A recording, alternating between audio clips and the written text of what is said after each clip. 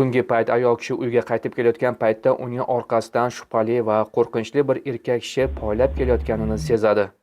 U qo'rqayotganini bildirmaslikka harakat qiladi va eshikni ochib darhol uni qulflaydi. Oradan bir necha soniya o'tib begona erkak kishi eshik oldiga yetib keladi va uni ochmoqchi bo'ladi. Yaxshiyamki ayol kishi kalitni oldindan tayyorlab qo'ygan va bir necha soniya uni hayotini saqlab qoldi.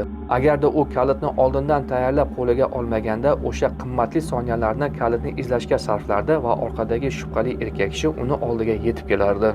Uyni kaliti doimo cho'ntagingizda yoki sumkangizda emas, balki qo'lingizda bo'lishi kerak. Shunda siz qimmatli soniyalarni yo'qotmaysiz. Xonadon eshigini ochganingizdan keyin uni yopishni unutmang. Eng yaxshisi podyezdga begona erkak kishi bilan kirmang va uyingizni atrofiga video kuzatuv moslamasini o'rnating.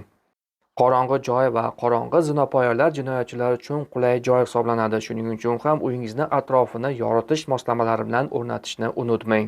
Mazkur videoni olishdan maqsad bunday noxush holatlarni oldini olish, sizning xavfsizligingiz va ogohligingizni oshirishdir.